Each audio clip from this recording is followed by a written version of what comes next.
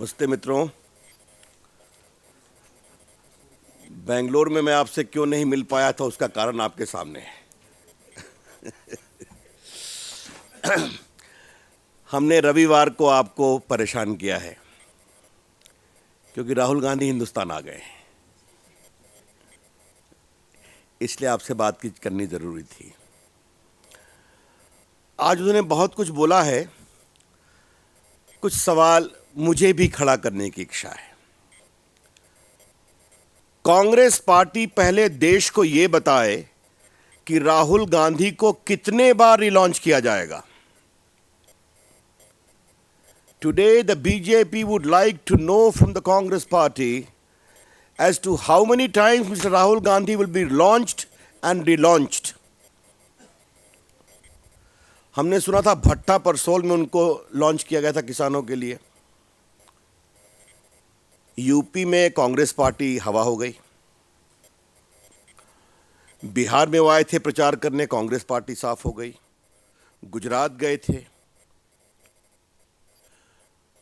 लोकसभा के चुनाव में उन्होंने बहुत कुछ कहा था। कांग्रेस पार्टी इतिहास में अब तक के सबसे कम नंबर पर चली आई। तो कांग्रेस पार्टी कितनी बार राहुल गांधी को रिलॉन्च करती रहेगी? क्या हर हार के बाद उनकी रीपैकेजिंग की जाएगी? क्या देश को यह जानना जरूरी है।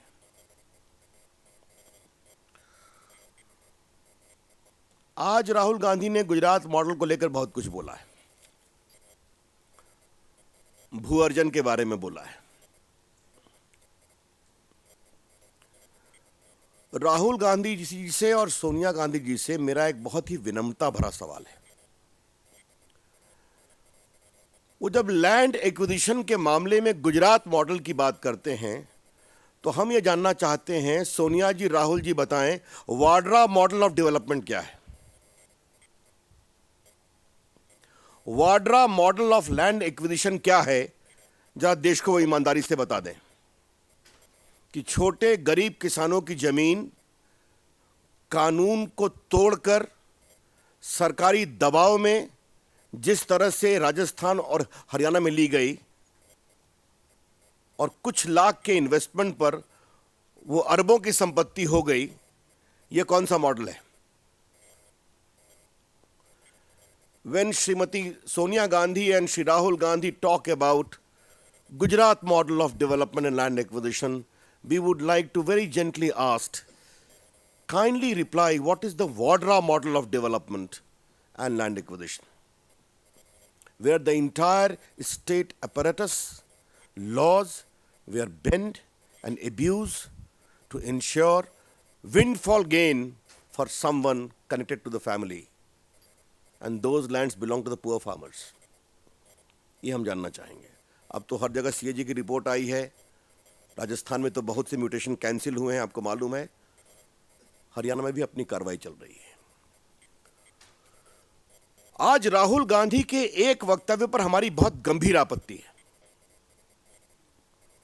उन्होंने कहा कि बड़े बड़े उद्योगपतियों से कर्ज लेकर करके हम चुनाव जीते हैं। क्या राहुल गांधी को देश के जनमत का इस प्रकार से अपमान करने का अधिकार है?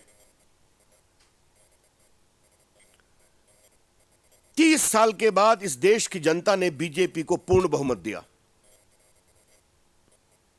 एनडीए के सहयोगियों के साथ हम 300 पहुंचे। जिस प्रकार से मनमोहन सिंह की सरकार ने सोनिया गांधी के दबाव और राहुल गांधी के प्रभाव में देश में कुशासन किया, उसमें आशा के रूप में नरेंद्र मोदी जी भाजपा देखी गई और हमारी विजय हुई। कभी उन्होंने ये नहीं कहा कि ये चुनाव गलत हुए हैं। और आज ये कहा जा रहा है कि कर्ज लेकर चुनाव जीता गया। राहुल गांधी को देश की जनता से माफी मांगना चाहिए। We would demand that Rahul Gandhi please apologize to the people of country for insulting the most popular mandate in the last Lok Sabha elections. क्या मतलब है इसका? चुनाव में हारना जितना लगना होता है। आप देश हार गए। राहुल गांधी जी, आपने प्रचार किया महाराष्ट्र में, आप महाराष्ट्र हार गए। आपने प्रचार किया झारखंड में, आप झारखंड हार गए। आपने खूब प्रचार किया हरियाणा में, आप हरियाणा हार गए। आप जम्मू कश्मीर हार गए। दिल्ली में भी आपका खाता तक नहीं खुला, और आज ये कहा जा रहा है। ये देश के जनमत का अपमान है, देश की जनता के लोकतांत्रिक अधिकारों का अपमान है, और हम इसकी भर्त्सना करते हैं। We condemn this brazen contempt against the popular mandate. Mr. Rahul Gandhi needs to understand India is not a monarchy. India is governed by popular choice. And the popular choice has come in favor of BJP led by Narendra Modi in a very overwhelming way. He cannot insult this popular mandate.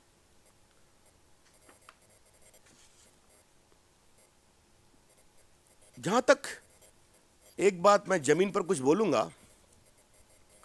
उन्होंने एक आपत्ति और व्यक्त की है कि Toronto में जाकर करके देश का अपमान किया।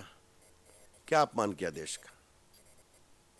मोदी जी ने यही कहा ना, स्कैम इंडिया की जगह हम स्किल इंडिया ला रहे हैं। तो राहुल गांधी जी, सोनिया गांधी जी, मेरा आपसे सीधा सवाल है। आपके राज में 2G घोटाला हुआ था। मैं देश का कम्युनिकेशन IT मिनिस्टर हूं। स्पेक्ट्रम की नीलामी में आज तक का हाईएस्ट रकम भारत सरकार को आई 1,10,000 करोड़, ईमानदारी से, पारदर्शी तरीके से। यह आपको दिखता नहीं है क्या? जहां आपके समय स्कैम हुआ करते थे, आज भारत सरकार की झोलियां भर रही हैं।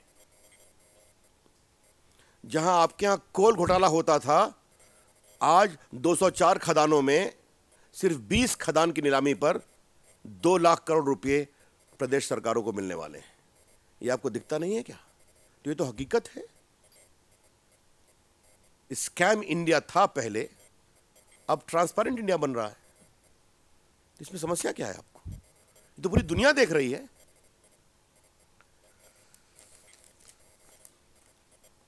मित्रों, जहां तक जमीन अध्यादेश की बात है, इस पर हम कुछ बड़े सीधी बात रखना चाहते हैं।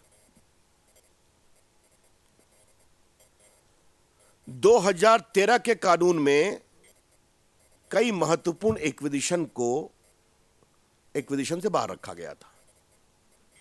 अगर आपको हाईवे के लिए जमीन लेना है तो, आपको रेलवे के लिए जमीन लेना है तो, आपको इलेक्ट्रिक इंस्टॉलेशन के लिए जमीन लेना है तो इस पर नया कानून नहीं लगता। हमने आकर के कहा कि नए कानून से ही किसानों को 4 गुना मुआवजा मिलेगा। अगर हम ऑर्डिनेंस नहीं लाते तो नेशनल हाईवे के भू अर्जन में किसानों को 4 गुना मुआवजा नहीं मिलता। तो हमने किसानों के लिए काम किया, राहुल गांधी जी।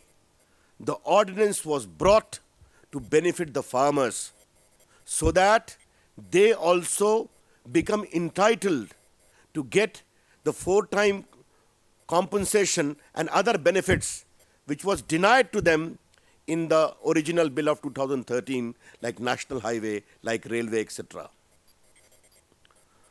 दूसरी बात है, कानून साफ है। प्रधानमंत्री जी ने अपने मन की बात में भी रेडियो पर कहा है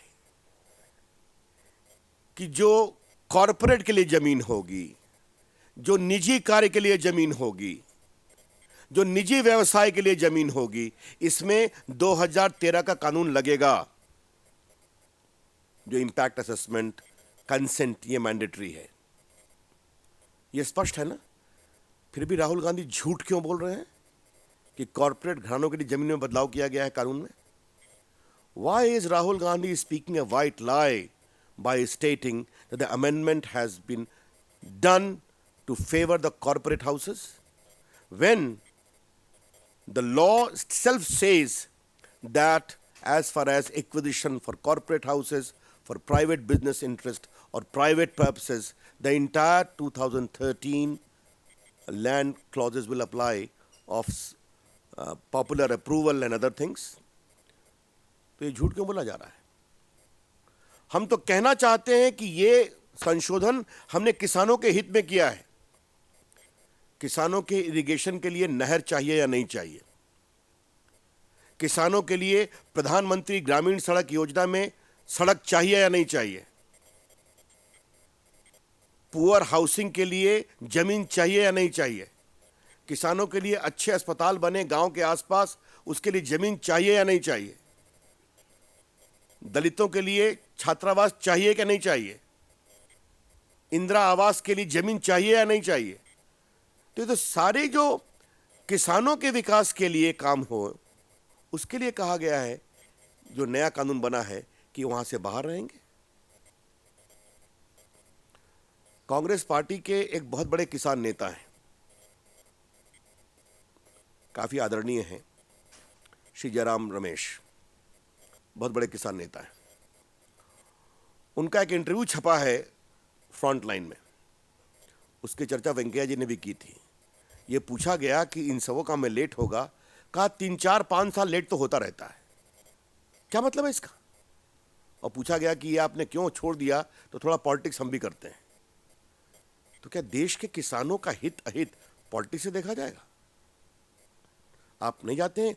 आज तो मैं एक बात कहना चाहता हूं कि मध्य प्रदेश की कृषि विकास दर बहुत आगे बढ़ी है, आपको मालूम है, almost 19%, the highest in the country.